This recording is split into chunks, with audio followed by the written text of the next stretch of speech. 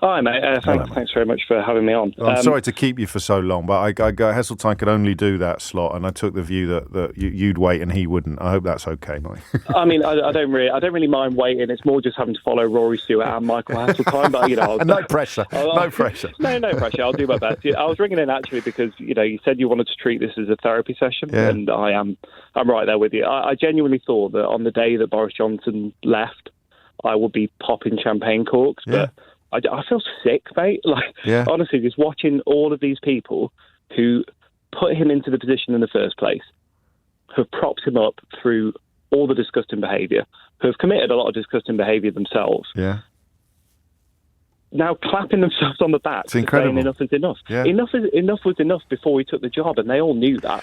We all knew who he was. Like Sajid Javid's speech yesterday, I don't think I've ever heard something more deluded and self-congratulatory in my life. I was quite impressed at the time, but as the clock ticked and my journey home on the tube unfolded, I think I lost 10% of my admiration for it with every station that we went through, and by the end I was somewhere around zero. It was like, mate, you accepted a job with him, not once, but twice. Yeah, but it's all relative, isn't it? It's all relative. Yeah. You're sort of comparing him to the absolute awfulness of a Doris or a Rees-Mogg, or even yesterday it looked like a Zahawi, although that has become more complicated than perhaps first impressions allowed. And you think relatively he's emerging with some credit, but then, of course, you get objectivity it's 24 hours back. Worth of credit, though, isn't it? Yes, exactly that. He was almost, saying to everyone else, inaction is an action. It's like, well, yeah, you've been inactive for quite a long time in this regard. So to be lecturing the other people that were still sat with him because you decided just before to do a little coordinated jump. I don't know, this is who the modern Conservative Party is, isn't it? They replace people like Rory Stewart and Dominic Grieve with people like Lee Anderson, who wants to stick people in tents and get them to pick potatoes and seasonal vegetables, and people like Brendan Clark-Smith, the Bassett Law MP, who said that English footballers taking the knee was like doing the Nazi salute. This is, they've absorbed the far right to win an election. They sold their soul, and this is where they are. Let's be a bit more generous. A sensible person next, is it? No. But let's be a little bit more generous to the bigger picture, as it were, not to the individuals you've singled out quite rightly for criticism, but in the sense that the Brexit impasse was real. Theresa May had failed severally to get anything over the line, and she was pretty clearly never going to. Now, they're never going to admit out loud, whether they understand it or not, that the only way you could ever get it through Parliament was by lying. Lying to the DUP, lying to the people of Northern Ireland, lying to the people of Great Britain. There was no earthly way it was ever going to get over the line unless enough people believed that it was oven ready, or that it would get Brexit done, or that it wouldn't involve a border appearing in the Irish Sea. So I'm not being a devil's advocate on this one, but if you need to sell an enormous lie, you need an enormous liar. They're never going to turn around and admit that. But it does at least apply a version of logic to proceedings since the middle of 2019, rather than it being some sort of inexplicable, incomprehensible skip fire. Oh, God, absolutely. But, they knew all this going in. Like, I don't. Yeah. The only sympathy I think hang on, the rest of the country. Yeah, but what I guess I'm saying is that they knew he was going to sell that enormous lie, and they knew that they needed him to do it, but they didn't expect everything else to be quite as awful as it proven to be. I'm not defending or excusing. Oh, no, of course not. I'm just explaining. It just sounds like a rubbish kind of action film. Like there's only one man who can get this over. Well, maybe we shouldn't do it. They have to sell it based on lies, and maybe we should not. Obviously, I agree with you. It shouldn't have happened. I completely understand how they've got here. I just think they've sold their soul. Today they're calling for, we need a caretaker now. It's like, well, number one, you were all backing him to the hill a week ago. And number two, who's that caretaker going to be? Like Dominic Raab? Didn't he kind of claim that he couldn't possibly have been on the beach during the Afghanistan crisis because the sea was closed? Is he the person that we need to steady the ship? Like, I really despair. No, well, I thought Heseltine was surprisingly optimistic about the likelihood of a meaningful change or a sort of branding or rebuilding of the Conservative Party, but I'm not as optimistic as he is about the distorting lens of Brexit and the right-wing media, meaning that huge swathes of the public and, of course, the Parliamentary Conservative Party remain utterly detached from reality. Mike, thank you. Tanya's in Colchester. Tanya, what would you like to say? Oh, right, okay, we're keeping on the theme, I think, of the therapy session here today. Yeah, good. We both need it. Well, we all need it. I hope you're doing all right as well, good God. I've been commentating for the last 2 years on politics, and I wasn't involved in politics before, but I felt like I had to do it because I noticed how the client media were just in absolute cahoots with Johnson, and they weren't speaking the truth to power, or that they were just speaking the lies of power and manipulating people. So I felt like I had to try and tell people the truth about what was going on. But the thing that really concerns me is the absolute downfall of our democracy, in the sense that the newspapers are the people that are choosing our Prime Minister.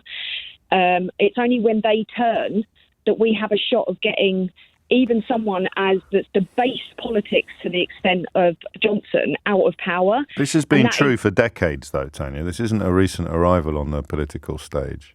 There's not been a Prime Minister in my lifetime that wasn't approved of by Rupert Murdoch. But Johnson, though, and the thing that concerns me is that his legacy is going to be something that's probably the worst act of self-harm ever inflicted on this country. And the problem is the opposition party is so, they're so focused on having to bat away the culture wars that they can't express themselves, I feel, truthfully. It might change now. There's a silver lining. There's a silver lining for us. So Johnson is no longer defining discourse, his ludicrous and disgusting references to things like Jimmy Savile, or less disgusting but just as ludicrous talk of Captain Hindsight, or talking nonsense about Keir Starmer voting to stop Brexit when Boris Johnson himself was the biggest fly in the ointment of Theresa May's attempts to get Brexit legislation over the line. I think that shamelessness has gone now. I mean, I hesitate to put it in such terms, but he's a brilliant liar. And even if the next one is a liar, they won't be a brilliant liar, if you see what I mean. Yeah, I see where you're coming from, but the con has been established, hasn't it? I mean, they're still continuing to kind of cash in, I think. And they wouldn't be there, would they, necessarily in the positions where they could throw their tattered hat in the ring if it wasn't for him having put them there. So, and you mentioned about how Murdoch and et cetera have kept people in power. Yes, but the authoritarian laws that the government are bringing in, especially in terms of trying to overturn the Official Secrets Act to try and further clamp down on journalists telling the truth. I'm not across that. I'll take your word for it. Yeah. I mean, well, it's been. I'm looking at protest, and I'm looking at the European Convention on Human Rights. So there's plenty of stuff that I am across. Again, I wonder how much of this will remain in place, because it's red meat politics, and if we are to start rebuilding the house, then red meat has no place. We need bricks and mortar, and I do wonder whether the next leader will try to focus. The problem, of course, and this is why perhaps the scale of this humiliation and the scale of this disaster may prove to be a good thing in the long run, because it frees up the party to start talking about the disaster of the last 3 years, to stop blathering nonsense about getting all the big calls right, or the ludicrous defences that they've tried. He's made such an almighty mess of the final page that maybe they can torch the whole book. Maybe. Well, I don't think they will. I think what follows is going to get worse. I really don't think it's going to get... Blimey, all right, Chuckles. Because the problem is the public are being held hostage by the legacy of that. I mean, believe me, I get called anti-patriotic, all number of manner of horrific things. Yeah, but only online. by racists. I wouldn't worry too much about that. By all sides, actually, because really? everywhere is kind of on fire at the moment a little bit. But the problem is, like, I can see that the client media are going to get behind his replacement. I think it's going to. I think it's going to continue. We shall see. I mean, certainly they will need to be anointed. I feel a little bit hypocritical cautioning people about using the phrase client media. There's not much of it. There are only 3 or 4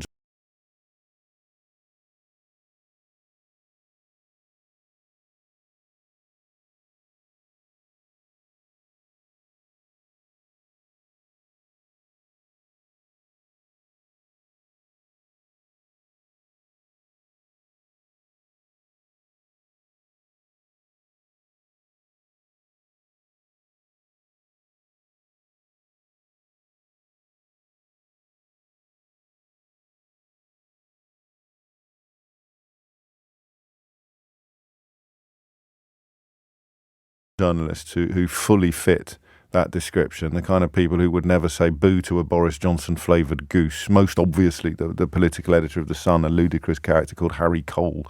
But most people, even if they're working for a Murdoch newspaper or even the Mail, don't actually deserve that sobriquet. Things are never quite as bad as they appear. As Heseltine picked up on, the news pages, even of the Telegraph and the Mail, are reflecting reality now, even as the comment pages continue to be absolute clown cars. And oddly, it was a journalist on one of those newspapers who drew my attention to the possibility that the scale of this disaster could be quite a silver lining, because no one can pretend that this is some sort of fringe rebellion, or that it's business as usual, yet another Tory schism for the next generation or the next term of Parliament. This is so absolutely awful, the final page, the final chapter, that they perhaps can see it as a positive for party unity and start talking, maybe even out loud, about fixing the damage that he's done. I don't know, that's probably overly optimistic, but it's a corrective to Tanya's pessimism.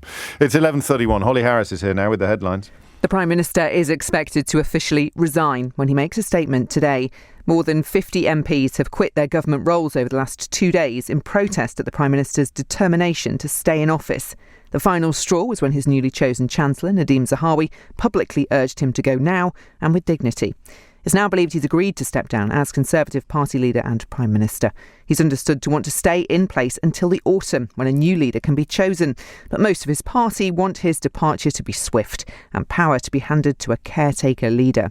Labour leader Sir Keir Starmer says Boris Johnson was never fit for office. Sadiq Khan, Mayor of London, has called it one of the most shameful sagas in the history of British politics. The weather, most areas fine and dry with long sunny spells. Cloudier in the far northwest with some patchy rain. Feeling warm in the sunshine, a high of 25 Celsius.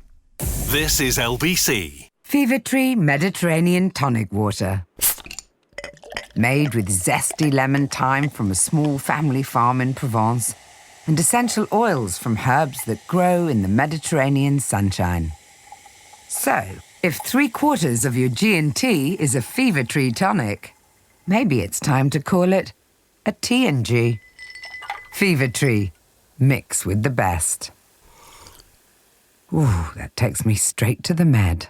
Hula Hoops Puffed. Sense its lightness, its puffiness. Unleash the delicious taste of Hula-licious. Hula-lightful. Hula Hoops Puffed. Light puffy hoops in a range of delicious flavours and 72 calories per pack. Hula-licious. Hula-lightful. Everyone's got a Nectar doppelganger, someone that looks like you. I even shop like you. And we both know how to make the most of our shopping. The Nectar card. No, the Nectar app. Eh? With Nectar you can collect and spend points at Argos and Sainsbury's. But with the app, there's also personalised discounts and bonus points on products you buy most at Sainsbury's. Plus hundreds of brands to discover and collect points at, like eBay, Esso and Just Eat. What? Nectar. Get the app, get more. Personalised discounts require smart shop. Exclusions apply. For full T's and C's, visit nectar.com/app-terms. At TDC Implant Centres, we can give you full mouth dental implants in just one day. I could feel my teeth were loosening. They didn't feel as secure. We gave Tony dental implants and natural-looking fixed teeth. I walked in at 9:30 with problems, and I walked out at 5:30 with a full set of teeth. Around 3 months later,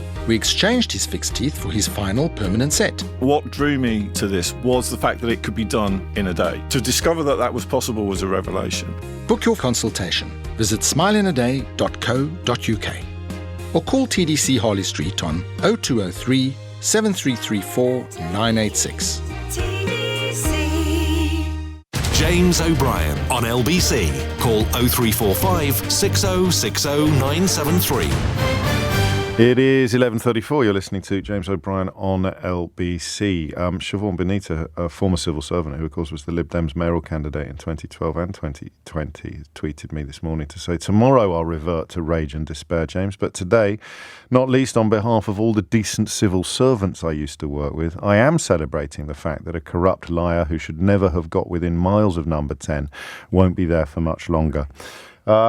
Speaking of number 10, Rachel Venables is there. I have to just point out, I don't know if she'll thank me for this. This is Rachel Venables' sort of third day as a political correspondent. Theo Ushwood is indisposed this week, and Ben Kentish is on holiday. So Rachel has stepped into the breach, and it's fair to say that if you clock off at the end of this week, Rachel, it would have been one of the most remarkable political correspondent careers in history. Almost as short as Michelle Donlan's education secretary stint, is that right? I don't know. What's the latest? What's on the horizon and what's in the rearview mirror? Well, I'll tell you what, no podium yet. Still no sign of Boris Johnson down here at Downing Street. We haven't seen him even peeking out behind the net curtains at number 10, but as you can probably hear behind me from the noise, a good 100 or so journalists and photographers packed out here, fighting for space behind the barriers on the pavement at Downing Street. We are waiting breathlessly for that statement from Boris Johnson. We think he's going to come out and deliver it. No confirmation yet, and we still don't know the exact timing, though it looks from multiple sources as though that's going to be at midday, around about midday. So we're hoping 12 o'clock. It might be closer to 1. We shall see if it happens in your time. In the meantime, we believe that Boris Johnson, it looks as though he's been pretty busy in number 10 here. He's been busy replacing some of the ministers he either lost or sacked. It's been reported, for example, that Greg Clark, former business secretary, is going to replace Michael Gove as the Levelling Up and Housing Minister. It looks as though he is trying to assemble something of a cabinet he thinks he can limp to the autumn with, saying that he's going to continue as Prime Minister until a leadership election can take place. So defying many within his own party who thinks he should walk out today, hand over the keys and let a caretaker Prime Minister take his place instead. So that is really what we're watching and waiting for. And it being Boris Johnson, I'm beginning to think he won't. I'm beginning to think that they will all be telling him he's got to go today, but he won't go today because it's his modus operandi. It's what he's always done. How many jobs does he have to fill? 55, is it? Or 54, I think, was the latest tally, although there were some who said, certainly at least one who said that they would resign if he didn't go. So I don't know if him vowing to continue on but go in the autumn would mean he's got a few more. Some of those posts can remain unfilled for a time. Obviously, some are much more important. And we saw today around 8 ministerial ministers quitting, including the Secretary of State for Northern Ireland, Brendan Lewis. And these are jobs that need to be filled imminently. There's been some talk even from some of those who stepped down. Well, if he continues or if a caretaker comes in, could they then go back to their jobs? Because we're hearing talk around Westminster. There are departments with only one minister left. There are departments where meetings can't take place, business government policies can't happen because there's no one coming into work. Rachel Venables, we will be speaking to you again, no doubt, before Sheila Fogarty gets here at 1 o'clock, whether or not we will hear from the Prime Minister in that time period, about 83 minutes remaining. We do not know, although the clever money at the moment suggests that we will. Something else, of course, happened yesterday. I don't know if you noticed, but he essentially conceded in the Select Committee that he had indeed met with Lebedev Sr. at the Tuscan villa without his security detail present on his way back home from a NATO summit. This shortly after, I think, the attempt to poison the Skripal family in Salisbury. And now that's an interesting revelation for a number of reasons. I mean, most obviously the security threat that it would entail. But he also claimed, and it's just kicked off, Yvette Cooper's been asking about it in the House of Commons. This is a really helpful, just to take a moment away from the fray, as it were, of the unfolding resignation, the will he, won't we. But this is huge, but it's a really useful reminder of just how awful he is as a man and as a Prime Minister. Because already today, Yvette Cooper has stood up in the House of Commons and raised the Prime Minister's admission that he met with a former KGB colonel without any officials being present. I'll say that again. He met with a former KGB colonel who's actually now been sanctioned in Canada because of his continuing proximity to Vladimir Putin. Boris Johnson, when he was Foreign Secretary, I'll say that again, when he was Foreign Secretary, met with a former KGB colonel whose proximity to Putin has now seen him sanctioned in Canada without any officials present. It's not a million miles away from what Priti Patel had to resign for when she was in Theresa May's government. So Gabby Hinsliff at The Guardian raises the ridiculous prospect that he might stay on as a caretaker and then end up having to resign again over something else. Quite incredible. So the Foreign Office Minister, there's still a few left there apparently, Vicky Ford, suggested in the House of Commons moments ago that the Prime Minister had reported his meeting with Lebedev to officials. She's now had to correct that, because we're talking about Boris Johnson, to say that the Prime Minister thinks he reported it. Who do you expect to step forward now when it comes to really holding the feet of this ludicrous man to the fire? Yep, you got it, the MP for Rhondda, Chris Bryant, who has checked and who has found and who has reported that Boris Johnson did not register the meeting with Alexander Lebedev.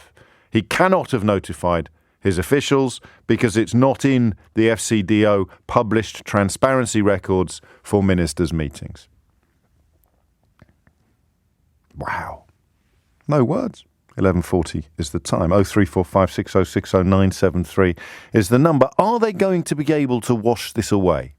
Are your Sunaks and your Javids, your Zahawis and your Bravermans, are they going to be able to wash it away? The facilitation of Boris Johnson's premiership, the forelock tugging, the cap doffing, the cheerleading of people like Oliver Dowden. I don't know is the short answer from where I'm sitting, but do we think that they can? I suspect they can. I can't see every single one of them being followed around by the stench of their collusion with Boris Johnson for the rest of their political careers. In a just universe, they'd never be able to escape that shadow. But this is not a just universe. And as I keep reminding you, it's a universe that many people still view through the profoundly distorting lens of the ludicrously biased pro-Brexit, pro-Boris Johnson right-wing media. Front page of the Daily Mail today, and I am not joking. Boris stares down the mutiny. And then page after page after page of paeans and praise. Pathetic. Duncan's in Bakewell. Duncan, what would you like to say? Hi, James. Firstly, I'd just like to say thanks for being a key voice for the public over this tenure in terms of, your opinions, and the opportunity that you give have been fantastic, really, for all of us who felt it. I guess the word, when you mention the idea of how do you feel today, because I'm not a fan of Johnson and I'm not a fan of the Conservative Party, I guess it's frustration. Frustration, firstly, because I feel I'm morbidly entertained over the past 24 hours. During his tenure, the amount of rubbish that we've had to deal with, it's almost the point where I've looked at the past 24 hours of saying, get the popcorn, have a sit down and play out to the end, of this particular point in his political career, which frustrates me because there's so much going on that's so important from an economic perspective, from in terms of social perspectives as well, from the issues of climate change and the environmental crisis that we're at this situation where we have to constantly go through, and it's all due, I think, in many respects, to his relationship with the truth. Yes. This is what Heseltine said. We forget, don't we? I think we get our faces so squashed up against the screen, we sometimes lose sight of the big picture. It's because he lies as easily as we breathe. Exactly. And I think that you made a really good point just then about the point of the other members of his parliament who've now resigned. What does this mean for them? Can they wash off this stain, this metaphorical stain? It's to do with that truth again, because I honestly think that his lack of relationship with the truth, he's like Lionel Hutz off The Simpsons. There's that wonderful character, that attorney of law, where he says many years ago in one episode, there's the truth, and then there's the quote-unquote truth. And I think that's the way that Johnson plays this out. The interesting thing is, I don't think he understands, A, the damage that he's done to the Conservative Party, and B, the damages that he's done to the perception of politics and politicians in general, particularly with the young population, who must now think, well, if these people have already supported him, and then when all this information has come out, the facts, the truth has come out, then they have to turn coat on this.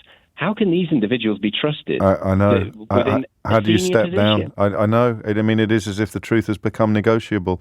Speaking of which, do you think this is true or a very bad joke? Are you ready? Yeah. I'm hearing whispers that James Cleverly is to become the Secretary of State for Education. Well, there you go. It's surprising. Interestingly enough, actually, when Michael Heseltine mentioned Dominic Raab as being the caretaker, my initial thought was, surely he's going to need a caretaker to oversee him in that role. Caretaker's caretaker. Where we'll be in that situation. Even Harold Pinter didn't think of that. Oh, boy. Duncan, thank you. The only final thing, James, Carry I'd say is the other thing is just interesting. One final quick point is what analogy will he come out with in this resignation speech? I'm sitting at my breakfast table at the moment looking at one of my daughter's books, Mog the Forgetful Cat by Judith Kerr.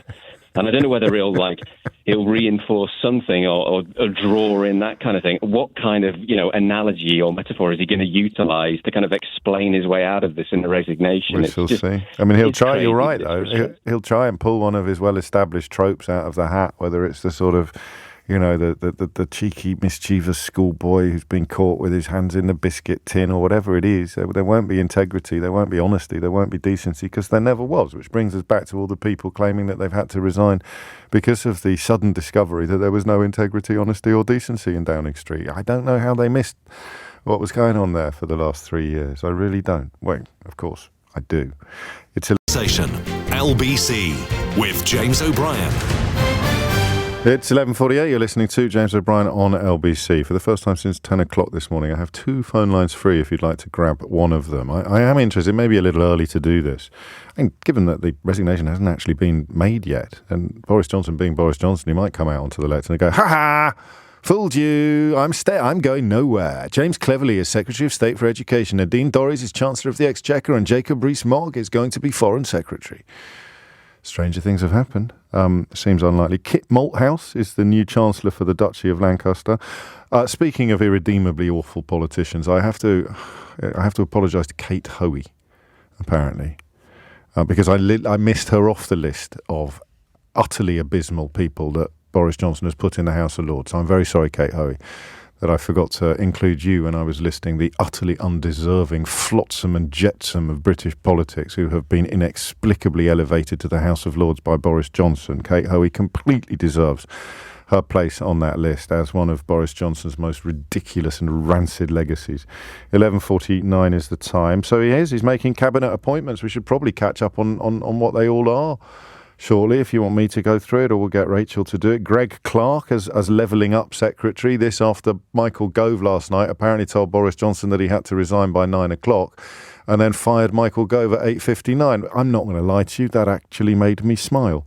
But it means that Greg Clark has now replaced Michael Gove as Levelling Up Secretary. Sir Keir Starmer has made a statement, which we will listen to shortly, in which he has, I think we can forgive him today for a statement of the bleeding obvious, pointed out that Boris Johnson was never suitable for high office, for public office at all.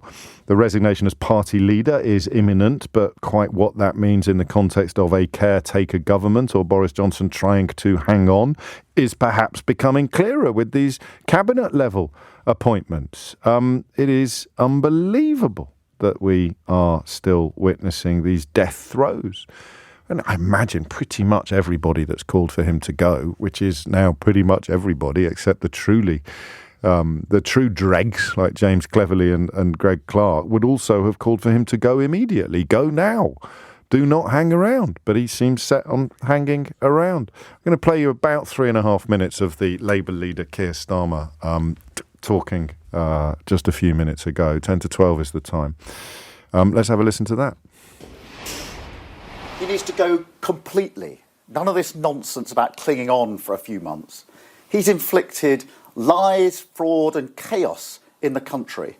And, we're stuck with a government which isn't functioning in the middle of a cost of living crisis. And all of those that have been propping him up should be utterly ashamed of themselves. We've had 12 years of a stagnant economy, 12 years of broken public services, 12 years of empty promises.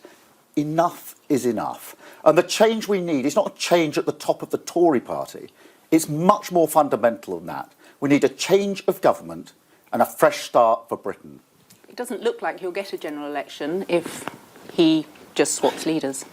He needs to go. He can't cling on in this way. His own party have finally concluded that he's unfit to be Prime Minister. They can't now inflict him on the country for the next few months. It's obvious he's unfit to be Prime Minister. That's been blindingly obvious for a very, very long time. And if they don't get rid of him, then Labour will step up in the national interest and bring a vote of no confidence, because we can't go on with this Prime Minister clinging on for months and months to come. Wouldn't that unite the Conservative Party? I don't think anything is going to unite this Conservative Party. They're tearing each other apart.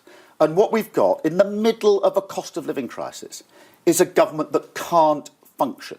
And that's why I say he can't cling on now. They've declared him unfit to be Prime Minister. They can't inflict him on the country for the next few months. If they don't get rid of him, we will bring that vote of no confidence in the national interest, because we can't go on with this broken government led by this discredited Prime Minister. Boris Johnson, in some ways, was your biggest asset if you were going to go to the country. When you lose him, you will have more of a problem, won't you? Look, the Conservative Party has been in power for 12 years. 12 years of a stagnant economy.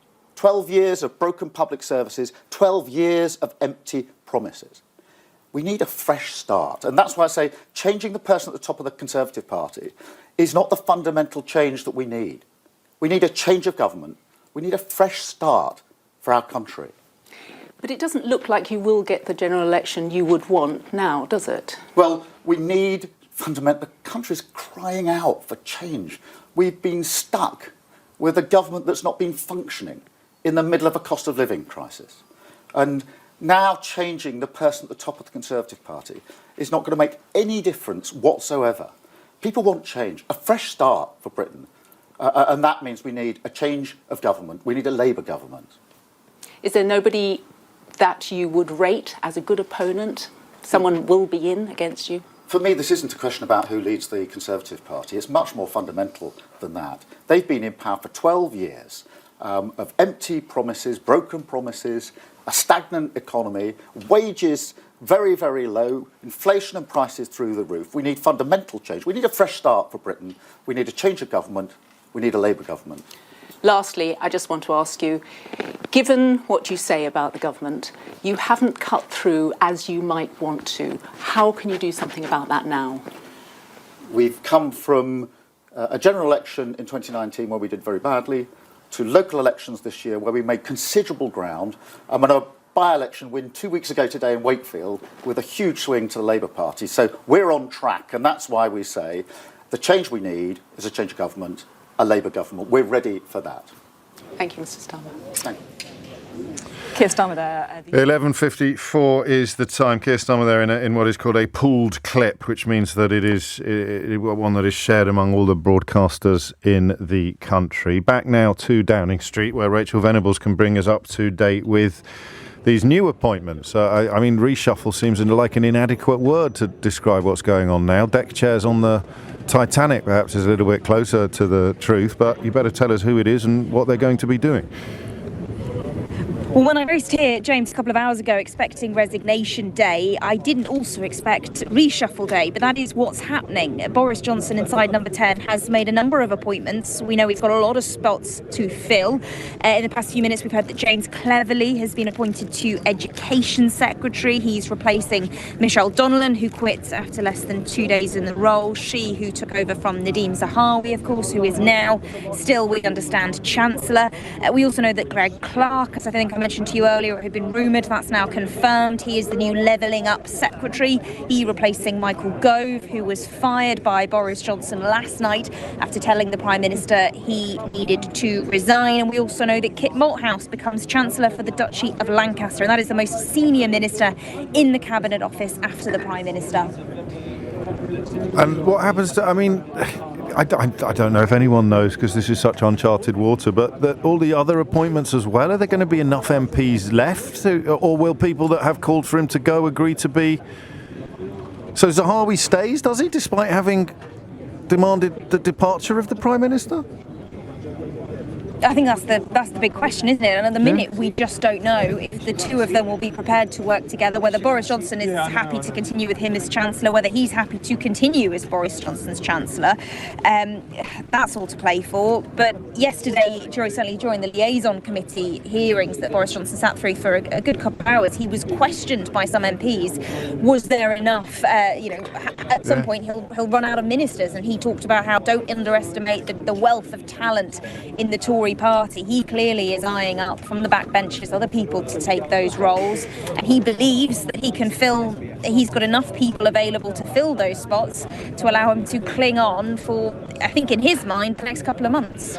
And yet the clamour seems to be, the sources seem to be saying that nobody really wants him to hang on until October, except, I suppose, the people that he's now promoting way beyond their capabilities, although I wouldn't expect to comment on the last bit. The lobby is reporting pretty widely that Conservative MPs are queuing up to tell them that they want him gone now. They want him gone yesterday. They don't want him hanging around until October.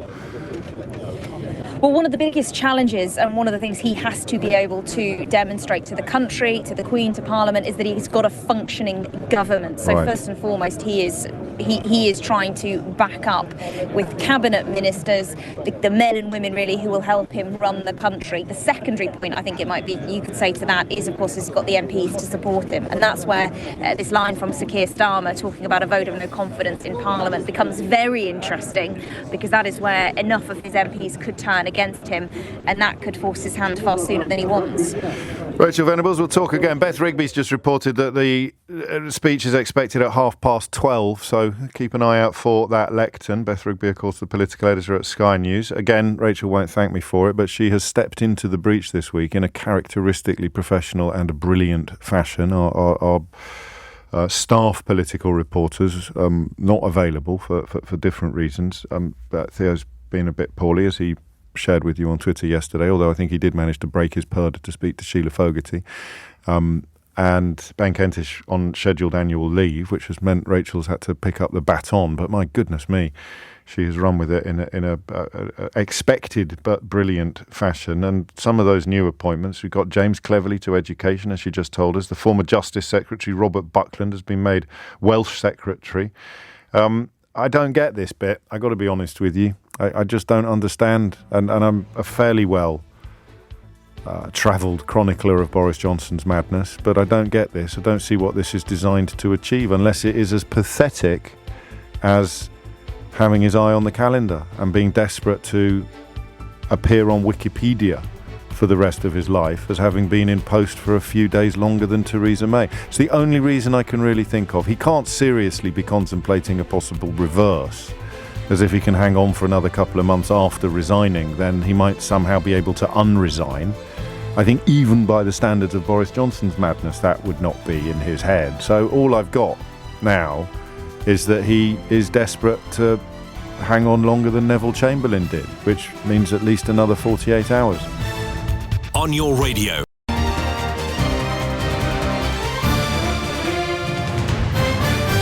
3 minutes after 12 is the time, and you are listening to James O'Brien on LBC. The question of, listen, what about people who are a bit like the voter equivalent of these MPs, these ministers? I feel I haven't made you feel properly welcome yet. So if you are, I don't know, wondering how on earth you ever fell for it. I don't know whether these ministers are or not, but the question of how it feels to have the sort of picture on your wall taken down, and how it feels to have had your regard for the man completely trashed. 4 minutes after 12 is the time. I'm going to be speaking to the leader of the Liberal Democrats, hopefully, Ed Davey, shortly. But before that, let's go to Peter, who's in Fairford in Gloucestershire. Peter, what made you pick up the phone? James, thanks so much for taking my call on what's a very historic day, I think. Yes. Going to what you've just said about what he's doing, I'm wondering whether he's just waiting for another emergency to happen, or waiting just, the way he thinks of just get through this interview, just get through this crisis, just get through this lie. It's just waiting to see if something else happens that might take him out of this. That's the fear with him. And even after all these years, and even after all these experiences of the opposite, you still have a voice. I don't know if you do. I still find myself thinking, well, he couldn't actually be that corrupt, or whatever the correct word is. He couldn't actually be that craven. He couldn't be that. But of course he could, couldn't he? He could be thinking somewhere inside, I'll see this one through, because he can never admit the truth. Yeah, no, absolutely. And I think that, going on your analogy of a house fire, it is out, but can we ever repair the damage? Because what I've been feeling today is, there's still people yesterday screaming that they liked Boris Johnson. Well, hold that thought. I'll come back to you if I can, because Sir Ed Davey, the leader of the Liberal Democrats, is on College Green, where no doubt there is something of a scrum underway, and he joins me now. It's an odd question, Ed, but I'll begin with it if I may. How are you feeling right now? Well, I'm feeling that this is the right thing for the country and our politics. I mean, Liberal Democrats have called for Boris Johnson to go for months and months and months, and we've been increasingly angry that the Conservatives have just kept him there. And frankly, the whole Conservative Party is to blame for this chaos. They put him there in the first place. They propped him up, even though he was lying and law-breaking and incompetent. And the fact we've got, millions of families and pensioners facing cost of living emergency, and they've been totally incompetent in dealing with that. We've got the NHS in crisis, record waiting times for cancer, for ambulances, for GPs. They are failing our country. And so it's not just about Boris Johnson, James, it's about the whole Conservative Party. And this is not a criticism that anyone could level at you or indeed at Keir Starmer, but the sense of suddenness, the scales have fallen from eyes with amazing speed, because as you've just alluded to, he told us who he was a very, very long time ago, and some of us believed him. Lots of people didn't. These are your colleagues, quite possibly even your friends, who have facilitated and been cheerleaders for this man, who have all of a sudden seen what you have been describing to them all along. How are you responding to that discovery?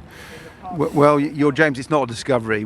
Many of us have watched this man throughout his career, when he was Mayor of London, before he was Mayor of London, and then, of course, through the Tory time of his being hopeless Foreign Secretary, and then as a Prime Minister. And they knew what he was like.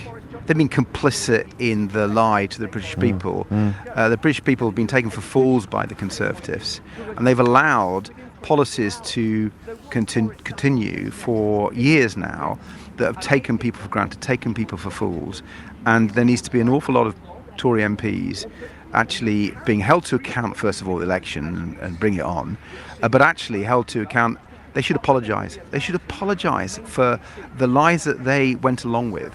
I mean, James, they kept coming in front of the TV, before radio microphones, and parroting the lies, defending him, when they knew that it was a lie. They've debased our politics. They have. I was just trying to nudge you towards a more personal as opposed to political response, because these people are your colleagues. And I spoke to Chris Bryant about it last week, and he talks about the people who will clutch their pearls in private, but who in public will continue to do what you describe. Has it shaken your faith in Parliament? Because some of the people you're talking about now will be on your Christmas card list, Ed Davey. They will be people with whom you've broken bread or enjoyed a convivial glass on the terrace, and yet they've done the things that you describe rightly in fairly despicable terms. Yeah, well, to be honest, those Conservatives who I might send and receive Christmas cards from, most of them were thrown out of the Conservative Party by Boris Johnson. Let's remember, this isn't the Conservative Party that many Conservatives have voted for. Lifelong Conservatives are now realising this is a Conservative Party that's very different. This is Boris Johnson's Conservative Party. And even when Boris Johnson goes, it will still be Boris Johnson's Conservative Party. Many of the people accept his style of politics, his beliefs, anything goes, and I'm afraid that's why the Conservative Party needs to get voted out of office. Well, yeah, but it's not going to happen anytime soon, and this cabinet reshuffle suggests that Johnson is doing what Johnson does, which is playing for time, even in these remarkable circumstances. Let me bring the ghost of Dominic Cummings to proceedings and tell you what he's said in the last half hour. He says, I know the guy, and I'm telling you, he doesn't think it's over. He's thinking there's a war. Weird stuff happens in a war. Play for time. I can still get out of this. I've got a mandate. Members love me. Get me to September. And Cummings warns that if MPs do leave him in situ, there will be carnage. Are you worried about this possibility of him trying to coin a phrase, style it out? Well, I'm not a fan of Dominic Cummings. Well, no, you and me both. But even a stopped clock is right twice a day, Ed. Yeah, well, he does know. You got to say he does know Boris Johnson well, having worked with him so much, and so he should be listened to, I guess, on this at least. I mean, that is my worry. I mean, the idea of Boris Johnson as a caretaker prime minister, I mean, it's ludicrous. It's obviously happening, though. The reshuffle is going to be doing cabinet at 3:00 with five people who have called for him to go. A caretaker who's not cared about anything in his life except himself, right? That's what we've got. And, if the Tories go along with that, well, shame on them. If they allow him to stay in office one more hour, one more day, well, they need to carry the blame for that as well. And I think the Conservative Party need to have it hung around their necks. They allowed him to get into place in the first place. They've allowed him to stay in power for so long. And if they allow him to stay now, I mean, we need leadership. The country's in crisis. I think an interim Conservative government, while they choose their next leader, is a much better prospect if it doesn't have Boris Johnson in it. Sorry, Davey, leader of... Oh, hang on, one more. Surely your chances of repeating Tiverton and Honiton and building upon these amazing gains that you've made in by-elections recently, surely those chances are enhanced by having Johnson in Downing Street. I mean, I appreciate it's a price you're probably willing to pay, but it is going to change the game slightly. Well, James, a lot of people have been saying that to me and asking that question, but they should have knocked on the doors that I knocked in Cheshire, Amersham and North Shropshire and Tiverton and Honiton, where we beat the Tories in their homelands. And there were some lifelong Conservatives, absolutely, who wanted Boris Johnson to go and hoped the Conservative Party would go back to what they used to remember. But there were a whole lot of other lifelong Tories who blame the Conservative Party, because it's not just the last 2 years of Boris Johnson as a Premier, but they've seen Conservative MPs, Conservative councils, Conservative councillors take them and their communities for granted for years. And I think they've worked it out now. And if Liberal Democrats can go out there, put out constructive, positive alternative, show that we can have the real champions for their communities, I think we can still win lots of seats off the Tories. We will win lots of seats off the Tories. Sir Davey, leader of the Liberal Democrats, many thanks indeed. I'm no Sherlock Holmes, but I think Steve Bray might have got his loudspeaker back, judging by some of the noise in the background down there on College Green. And I mean, remarkably, as I just mentioned there, you've got a cabinet scheduled for 3 o'clock, at which 5 people sitting around the table told the Prime Minister yesterday that he should resign.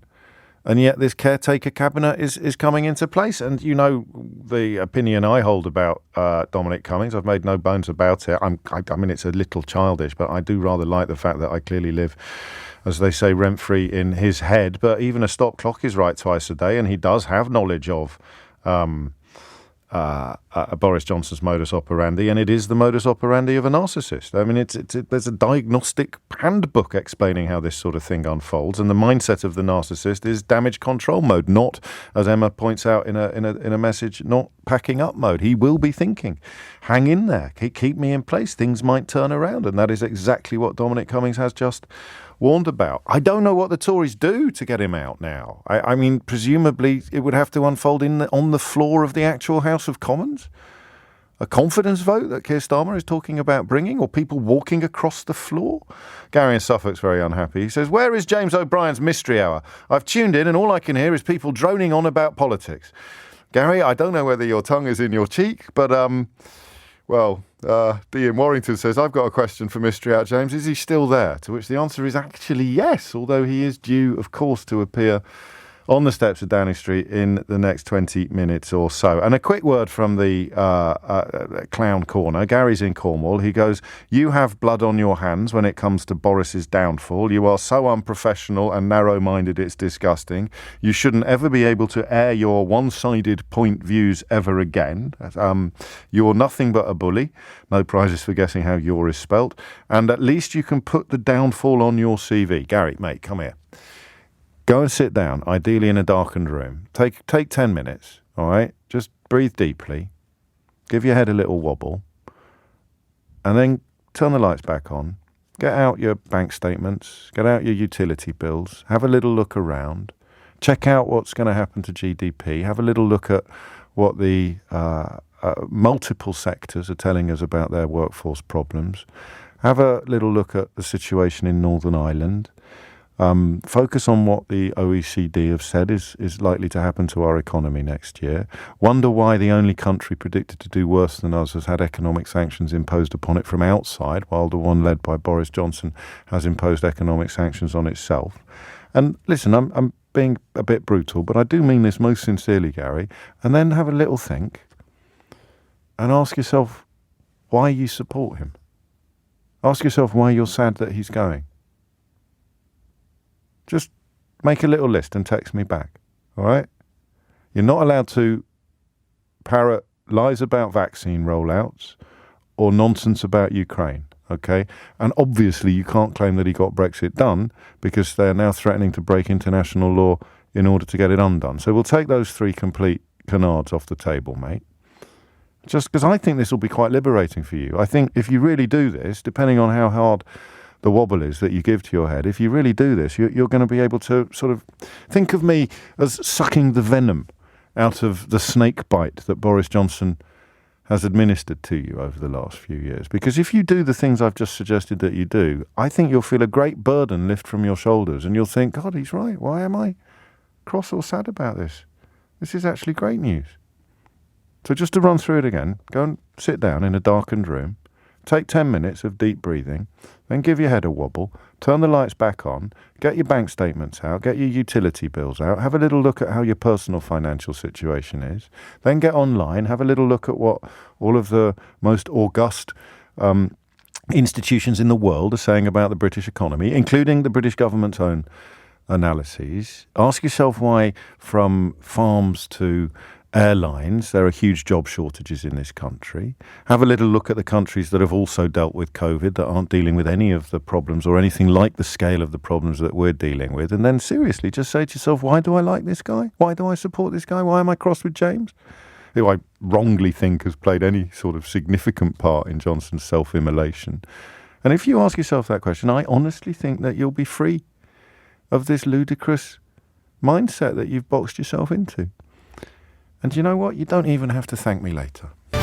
19 after 12 is the time. This could be it. I don't think we'll take another break, and we probably won't take the headlines at 12:30 because we are expecting Boris Johnson to step onto the tarmac outside Downing Street and deliver his resignation speech, although I have to tell you that there are now whispers that worries in number 10 about him going off message and departing from the script that has now been agreed. Pippa Crerar of the Mirror reporting that he's tweaking the statement and there are now worries that he might go off message, which is just giving me a tiny pause on the comments I made at the top of the show about yesterday looking briefly as if we might discover what the British equivalent of the January the 6th coup attempt is. Just, and listen, don't have kittens. I mean, that sounds much more portentous than I intend. There won't be a coup attempt in the sense of an armed mob storming Downing Street or anything like that, or storming Parliament. Prompted by, in the case of January the 6th, prompted by the President. Tom Swarbrick's just tweeted rather cleverly, what's the betting that Johnson's statement will make things worse? It's a neat distillation of my thoughts at the moment. What would desperate self-interest look like in the current context? I think we've spent 2.5 hours, or the best part thereof, presuming that the desperate self-interest has actually expired. But it will never expire. And that comment from Cummings adds to the idea that he will be doing what he always does, which is just cling on there, hoping that the tide goes back out again. Unbelievable. Peter was cut off in his prime for Ed Davey, the leader of the Liberal Democrats. Talk to me, if you would, Peter, about these people trying to wash their hands in public. My fear is that they're going to get away with it. I think so, and I suppose my worry is that the public are going to carry on believing them, because yesterday, to me, it was clear as day that this was it, that, you know, he'd been caught lying, there was nowhere else to go, but there were still people saying he's got Brexit done, he's given us a vaccine, he gets things done. Oh, I wouldn't want his job. Would you want to be his job? And I'm like, well, no, but, you know, if you're going to take that job, you need to take responsibility for what you do, and he's never, ever done that. How will we know? How will we tell? I mean, we might know some. I obviously get a lot of messages like this one from Nate, who's in Edinburgh. I fell for the lies in 2019, regretted it within 6 months, mistakenly thought he would rise to the occasion. Today feels like a cleansing of the sin, watching him flounder. It's the last hours of the Führer bunker. It'll hurt him more than a general election, but I still feel like I need to do something to make up for it. I'm looking forward to voting Labour next time round, assuming that Keir Starmer is still there. I mean, how are we going to know? Some polling will appear, but it won't address directly the question of regret. Oh, hang on. The lectern is being wheeled out, yeah. Peter. The lectern is being wheeled out. It's going to happen. Wow. How are we going to know whether or not people like the ones you described? It's only going to be during a general election. That's the only time that we're really going to find out. And as you said yesterday, I think it was another caller, that things, you know, they kind of calmed down. And, you know, people were saying about keeping him in place and then he'll face Keir Starmer in the general election. But by then, they've sort of been forgotten. People forget things, and it's no longer that fresh news story anymore. It's now something else. And I think the only way we can really find out for sure is to go for a general election. But I think what we need to do is stop talking about the Conservative Party and start talking about this Conservative Party. Yes, that's a good point. Looking at Rory Stewart, this isn't his Conservative Party at all. And I think we need to remember that we don't want, like with Brexit, say to people, well, that was wrong and all Brexiteers are, are racist, because it's like saying this Conservative Party, all the Conservatives are wrong, and it's not. It's this Conservative, this... Yes, I mentioned yesterday I've never been able to get on board with Aneurin Bevan's description of the Conservative Party as being collectively and completely lower than vermin. I mean, whether or not it's because of my own sort of friendship circle or job, I don't know, but they're nowhere near all as awful as this current iteration. And I think history, hopefully, will judge harshest the ones who are taking jobs now. Do you know, when I was at school, the head of house resigned. And it was unheard of. It was the final nail in the coffin, actually, of the housemaster's career. If you can't find out, and everyone agreed before he resigned that no one would take the job. We were absolutely fascinated to see what would happen there. And of course, someone did take the job. Let's go to Rachel Venables, who's outside Downing Street, where it looks as if things are likely to happen sooner rather than later, Rachel. This is where Nick Ferrari, were he here, would say we can get a man on the moon, but we can't get a line a mile and a half down the road. So Rachel's just dropped. I'm people talking about defiance, probably expected. Boris Johnson will talk about still having a job to do. The fact that literally nobody wants him to carry on doing the job, or next to nobody wants him to carry on doing the job, probably won't touch the size of his self-regard. There's quite a crowd gathering at the gates of Downing Street. A little bit of history due to unfold in front of us. Staff have gathered now outside, which is a sort of traditional mark of the end of the era. MPs, I beg your pardon, not staff gathering. Not the largest grouping that you've ever seen at a prime ministerial resignation, but there are a few people there, very few of whom I can recognise, which is probably a mark of who has stayed loyal to Boris Johnson. And we will be crossing live any minute now, probably in the next 5 minutes, to Downing Street. Okay, Rachel Venables is there now. It's definitely happening, and it's happening sooner rather than later, Rachel. Yeah, there's a huge amount of stress and excitement here. You'll be able to hear behind me the photographers liaising with the Downing Street team about the exact placement of the lectern in front of that black door to number 10 Downing Street. In the past few minutes, to my left, out of number 11, a number of basically the number 10 team, so PPSs, the remaining staff who still work here, they all came out and they're lined up now on the street facing the lectern, waiting for the moment that Boris Johnson arrives. And then to my right, as I look down, I can see yet more men and women stood out watching again, so they're clearly expecting an announcement any minute from the Prime Minister. He, of course, having just announced some key new positions as he reshuffles his cabinet. Though we're expecting this to be a resignation statement of sorts, talking about his departure as Conservative Party leader. Indeed. And that cabinet reshuffle, so to speak, suggesting that he certainly is intending to be a caretaker who, as Ed Davey told us a few moments ago, who has never cared for anybody in his life, or never taken care of anybody in his life. We're talking minutes, are we, Rachel? We're talking, or even seconds, because if the staff have gathered outside, then he's essentially waiting in the porch for the get-go. So 12:30 on the dot, do we think?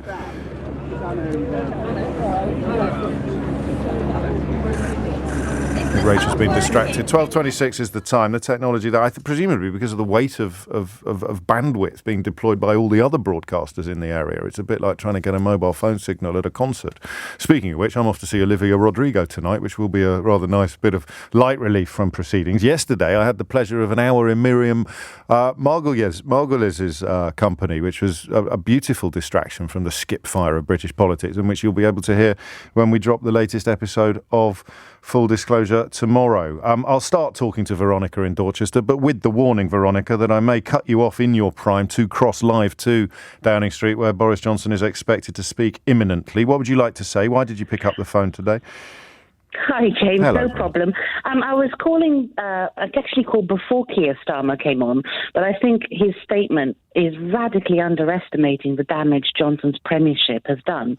Well, these last few years, have done, both here and in the States with Trump, is show how gossamer thin the strands holding our democracy together are. As both leaders have shown more and more, have gone more and more off script, and their lies have become more and more blatant. We've slowly had to acknowledge that democracy only works when everyone believes it works. These corrupt leaders have highlighted how there are no mechanisms to remove them if they don't want to go. Well, I mean, or certainly they will resist all of the mechanisms furiously. I mean, I presume, whether he realises it or not, that Boris Johnson has run out of road. But the tragedy you describe, or the horror you describe, is what can happen when they don't realise or they refuse to accept that they've run out of road. We saw January the 6th in America, and we are yesterday flirting with a British version of that. And now, as we wait to see what he's actually going to say when he comes out, we could be discovering what the British version looks like. I certainly think one of the true frightening elements, both with Trump and with Johnson, who are so similar in many ways. I still balk at that, you know. I think out of exceptionalism or patriotism, or call it what you will, I still balk slightly at the version that we've got our own.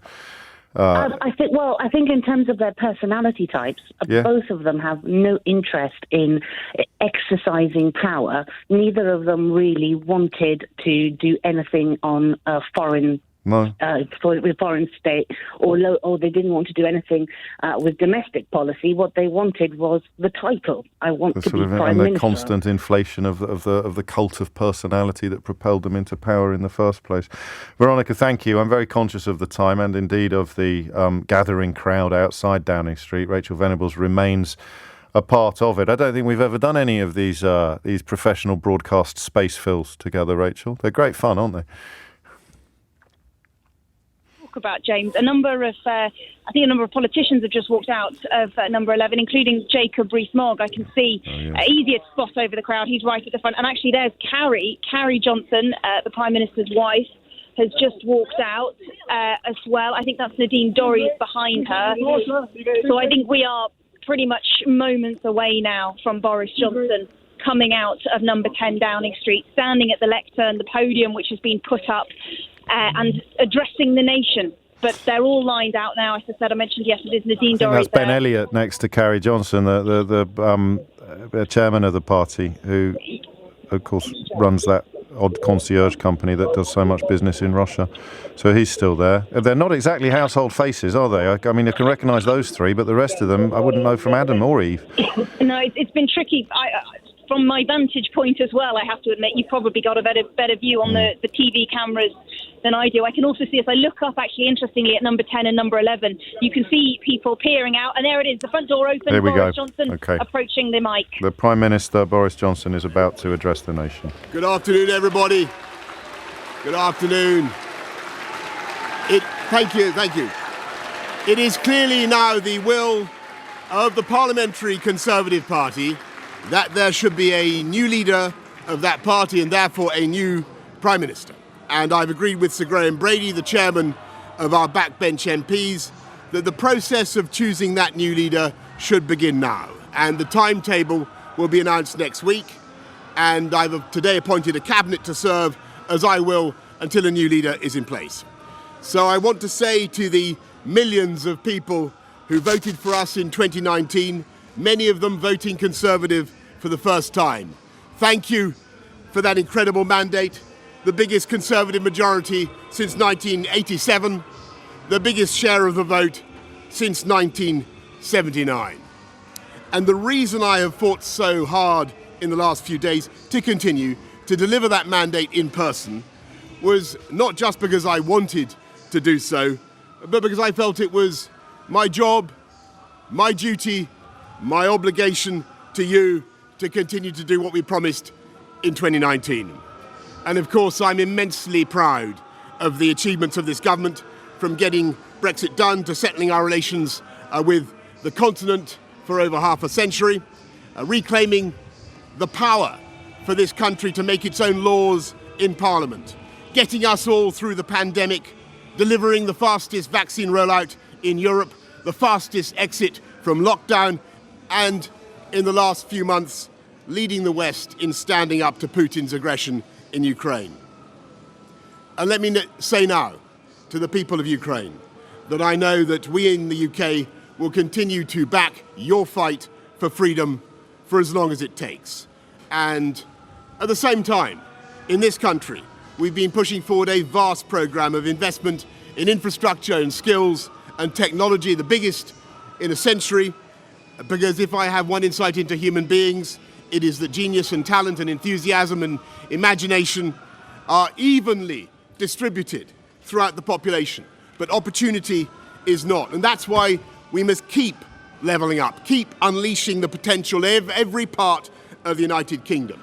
And if we can do that in this country, we will be the most prosperous in Europe. And in the last few days, I've tried to persuade my colleagues that it would be eccentric to change governments when we're delivering so much and when we have such a vast mandate and when we're actually only a handful of points behind in the polls, even in mid-term after quite a few months of pretty relentless sledging, and when the economic scene is so difficult domestically and internationally. And I regret not to have been successful in those arguments, and of course it's painful not to be able to see through so many ideas and projects myself. But as we've seen at Westminster, the herd instinct is powerful. When the herd moves, it moves. And my friends, in politics, no one is remotely indispensable.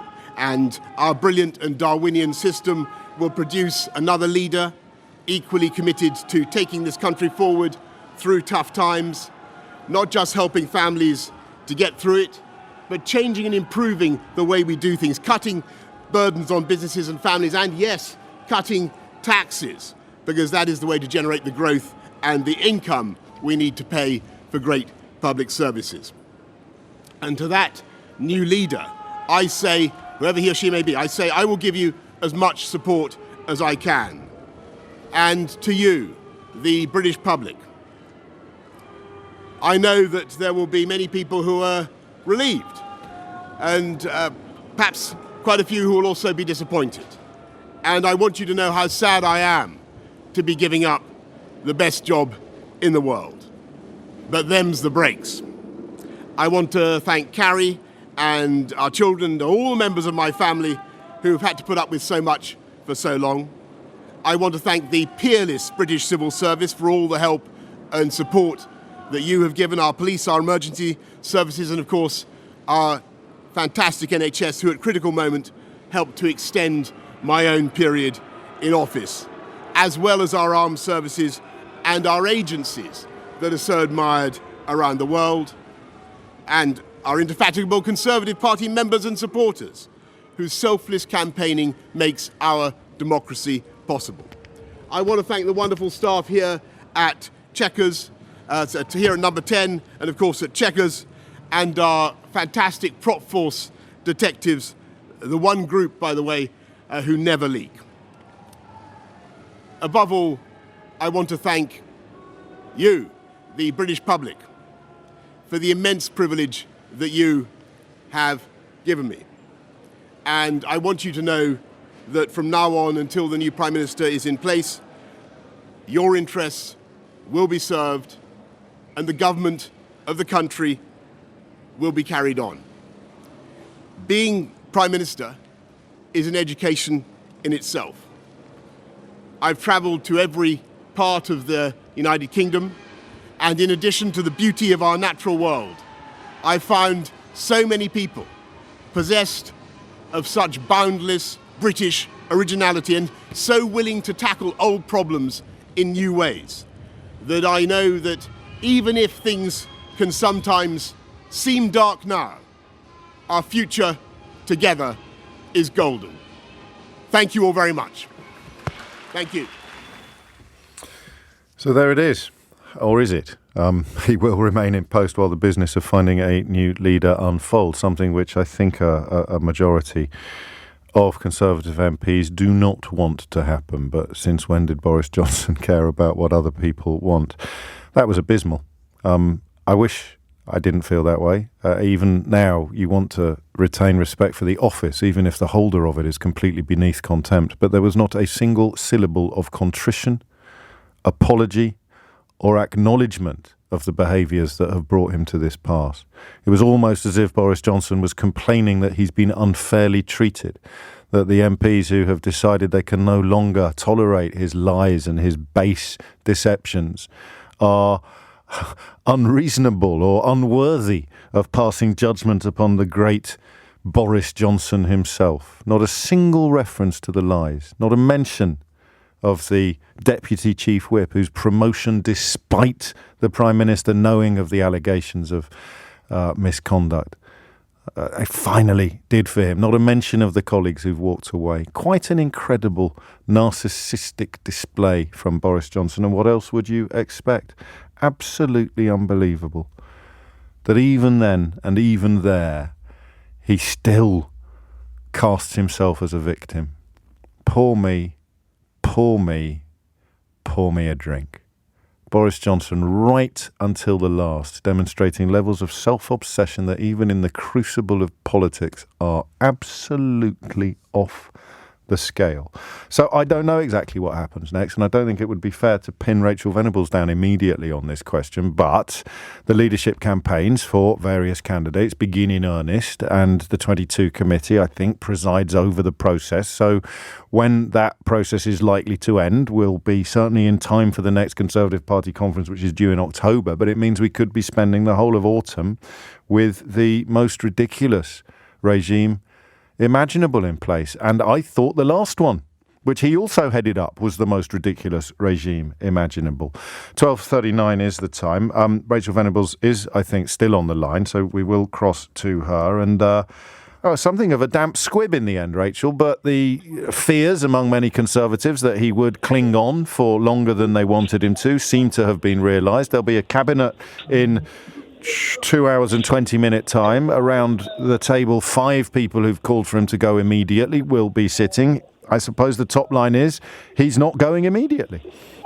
He's not going immediately, but he is going soon. That was Boris Johnson's message to the nation, as you mentioned, rather snappy message. It was rather buoyant. I think if you weren't to have listened to the words, but instead seen the face of the man, the way he projected, the way he spoke, you wouldn't have thought that this was a man who's just been told by, more than 50 of his own ministers and junior ministers and secretaries of state that he's got to go, that his own party are clamouring to have him leave. Instead, he seemed rather optimistic. The line, I think, that really stuck with me was, "Them's the breaks." That's what he said. It was very Churchillian, that, Rachel. Let's not forget his great ambition to emulate Winston Churchill. "Them's the breaks." Them's the breaks. And so different. I sat here, I think, 2.5 odd years ago when Theresa May made what was the equivalent speech, announcing that she was on the way out. And do you remember her voice broke at that moment when she talked about how proud she was to have served the country she loved?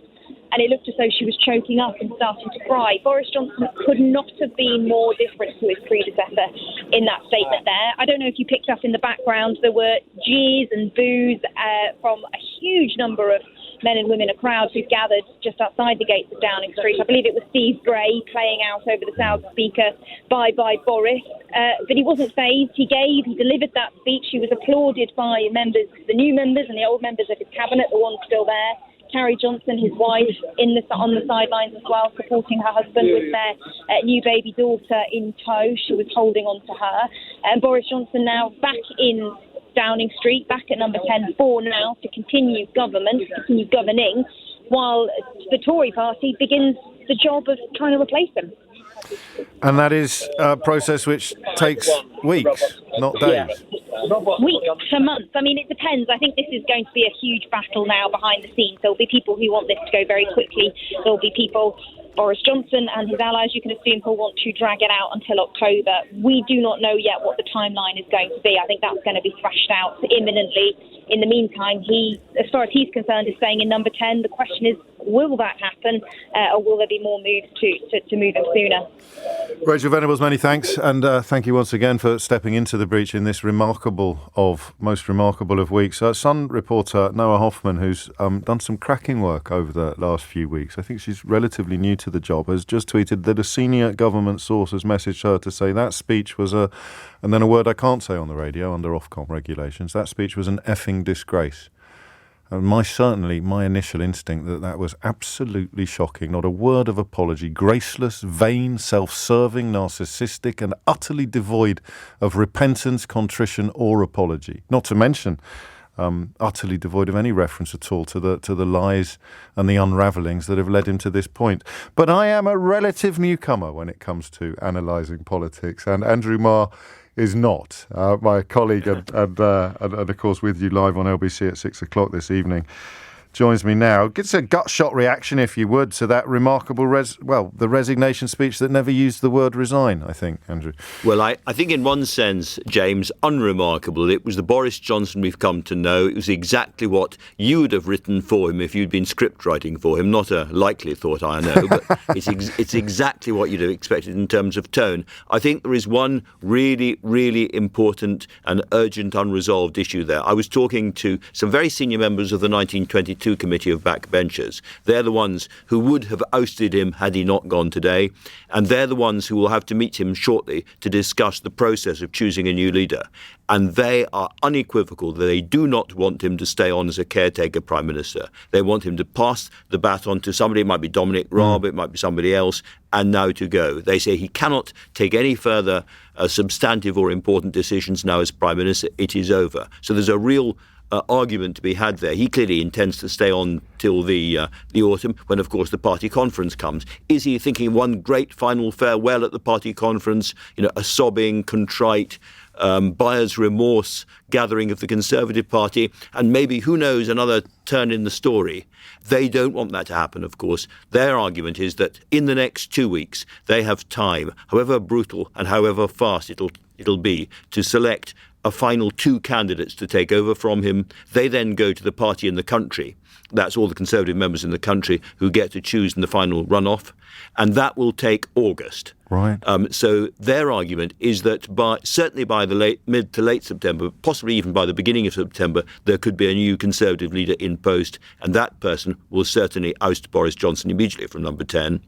But their argument is that that is too long for him to be there. For the rest of this month and through August is too long, and somebody else needs to take over, and he should hand the baton right now to Raab. And that's where the argument, I think, is going to be. I mean, and it won't be a pretty argument, will it? I mean, no, it won't. It's cornered rat territory yet again. What does leverage look like then? What can be brought to bear? Because we've had a crash course in what a government abandonment looks like over the last couple of days. What weapons are left in the arsenal of the 22 and of colleagues past and present who are desperate to see him walking out of the door today? Well, frankly, it's a collection of rather musty old muskets and damp powder, I think. The Prime Minister Boris Johnson, he's still Prime Minister in name, and he has that huge kind of machine under his bottom and with his hands on the levers, and they don't.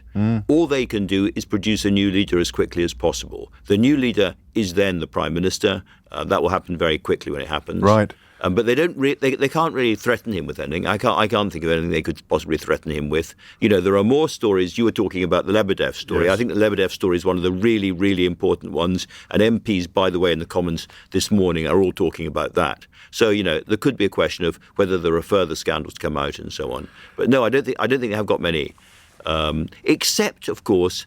They can dangle even now that thought that he could leave in a sort of dignified manner, thanked by the Conservative Party and not dividing it. Does he really want a divided, rancorous and still angry Conservative Party when he hands over, or does he want one where the process of healing has begun? And some people who are his biggest critics are saying, well, we heard in that speech, a very quick playlist of the familiar greatest hits, Brexit and the pandemic and the vaccine rollout and Ukraine and so on. And it would still be possible for leading Tories to put together a kind of, he had his faults, but he took us through this period and he did that. And if he wants that to be the Tory narrative, then he can't rile them too much. Okay. But that's as much as the ammunition as they've got, I think. Apart from a sort of valedictory lap of honour at conference in October, what other reason could there be for him refusing to do what the party clearly wants him to do? I mean, are there any other reasons behind it, apart from vanity or almost reality denial? Well, this is what's really dangerous for the Conservative Party, because let me give an example. Let's say the Russians launch a new missile attack which hits Kyiv, and there's a huge eruption of emotion around the world about Ukraine on its back, fighting desperately for its survival. And Johnson, next month, while still Prime Minister, goes there and is warmly embraced by an exhausted and shattered-looking President Zelensky. And then he comes back and he says to the Conservative Party, there's nobody else. Zelensky comes to the Conservative conference and says, there is nobody else in the Western world who's given me the kind of support that Boris Johnson did. Are you really sure you want to get rid of this man? Is it possible, even then, there'll be some kind of last-minute change of heart by enough people? I don't know. The answer is no, it isn't possible, but he might be thinking of that. He might be dreaming of that. That process itself rips the Conservative Party in two, and that's what they're frightened of. And I mean, that tallies with some of Dominic Cummings' warnings today as well. It certainly does. That yes. idea that he will have...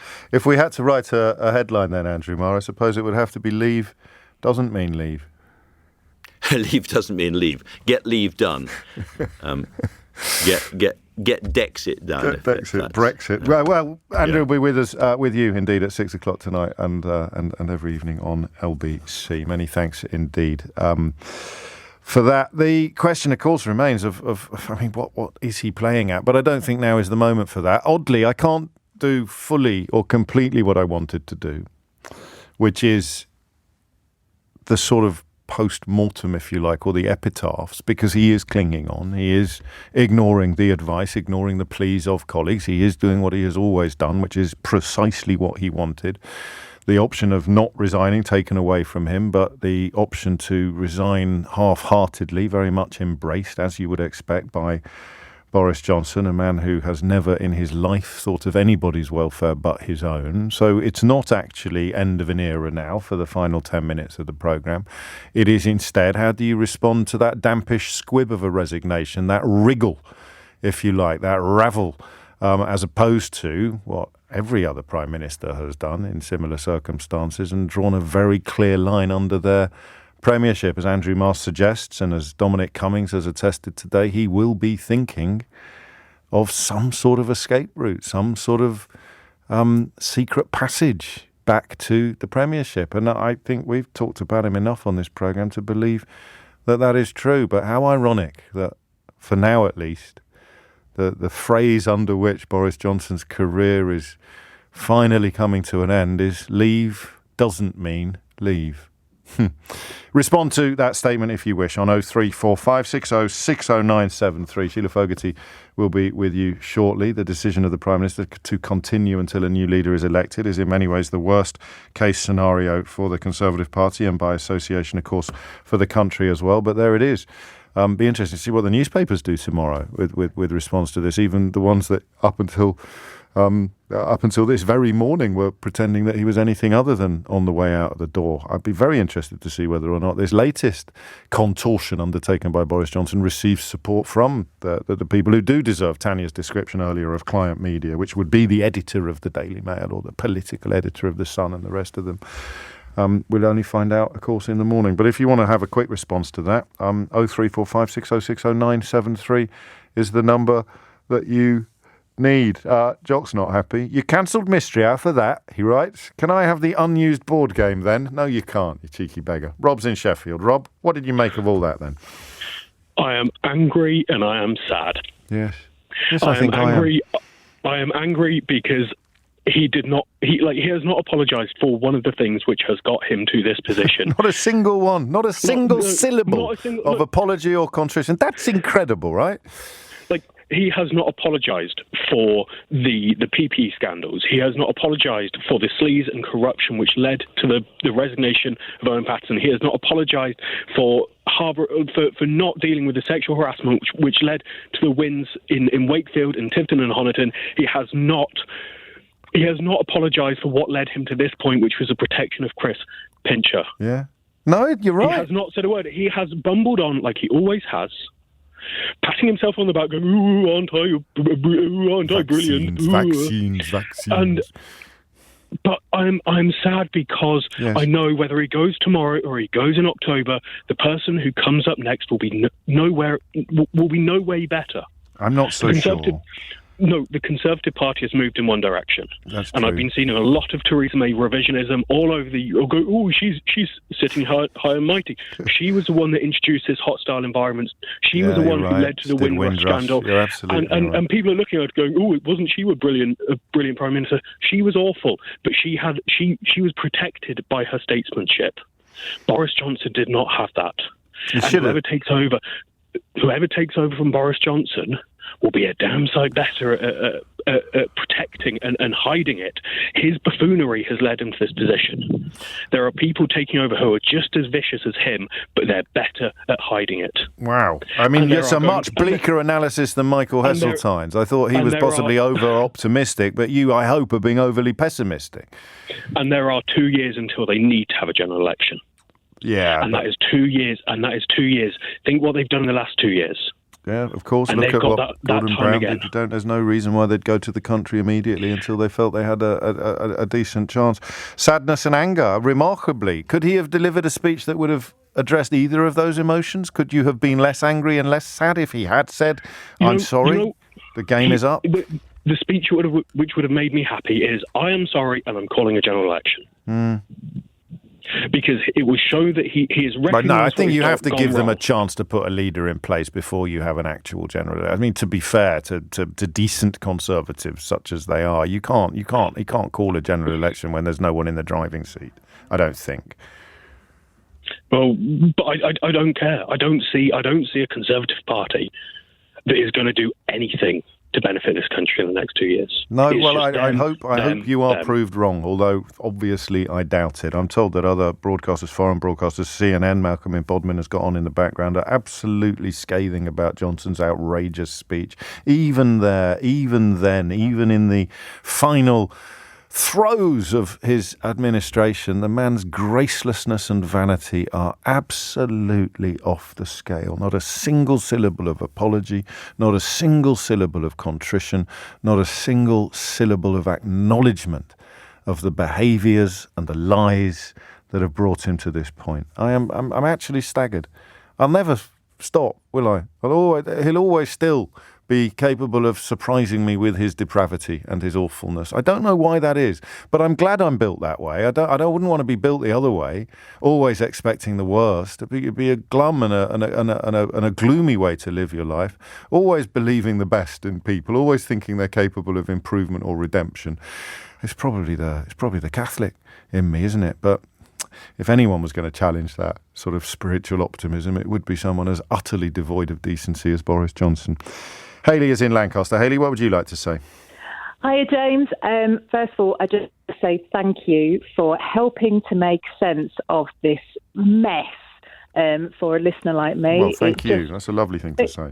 No, the second thing is, I don't really understand how, given everything that's happened, given everything we all know about, that he was challenged on, he's been challenged on time and again at PMQs. I mean, even yesterday, that his resignation speech could refer to absolutely none of that. It's like a completely parallel universe. It just is. Yeah. It's incredible. It's incredible. I tell you a secret. I get a little bit scared coming straight off the back of live stuff with strong opinions, because I think, what if I'm calling it wrong? What if I've read it wrong? What if, as the dust settles, I'm going to have to eat some humble pie or even perhaps apologise on air? This is a prime ministerial resignation statement. Can you really go straight to the people now with the microphone and start putting the... But it was bloody awful, Hayley, wasn't it? Absolutely awful. It was absolutely dreadful, and it's it's rude. Yes. If anything, rude. it takes us all for complete idiots. And also the third thing I just want to quickly mention is, I guess it's just something that I don't really understand. Bearing in mind, we're not in a presidential system. He is the elected member of the Conservative Party to lead the country. How is it that the 1922 committee can't just say, excuse me, Boris, you're going, your time is up? How is it he has any leverage to stay at all at this point? I think constitutionally that's because the Queen asked him to form a government, and the mandate he receives from the Queen remains in place until there is a new leader of the Conservative Party, who will then have to go to the palace and receive permission from the Queen to form a government. So it's one of those slightly arcane conventions and traditions that even he can't ride roughshod over. I tell you what, I mean, just thinking of to how things could have unfolded differently, I do wonder what would have happened if they just waited a couple of weeks for that confidence vote. It would, I mean, talk about jumping the gun on that one. And they came quite close, but my goodness me, the number of people that would vote for him now would be presumably basically everyone in the cabinet and nobody else. And 5 of them wouldn't, we know. So it's the cabinet minus 5 would be on the pro-Boris Johnson side of proceedings. Good or grief. they would say, I have voted for you, but just to let you know, I don't believe in it. Oh, Hayley, thank you. I think we could all do with a giggle at times like this, and also quite a suitable for a son of Yorkshire, quite a suitable criticism there from an unsigned texter saying, James, there is only one R in Lancaster. You're quite right. There is only one R in Lancaster, but my school was one of the only places in the English-speaking world where they described Sunday church as Mass rather than mass. So you could take the boy out of the pronunciations. It's rather hard to take the pronunciations out of the boy. And there it is. Thank you for keeping me company today, and indeed over this nightmare of the last 3.5 years or so, as we've seen, or the last 3 years or so, as we've seen all of the things that we hold dear, democratically speaking, and in terms of common decency and the very least expectations of what we expect to see in public office, denigrated so completely, so violently, and so shamelessly. And I'm almost grateful to Boris Johnson there for just reminding us at the end that all of the words I use to describe him are fair and accurate, and in some ways not even adequate, because he is utterly reprehensible, utterly vile, utterly despicable. And in the final pass, even then, he couldn't help but revert to type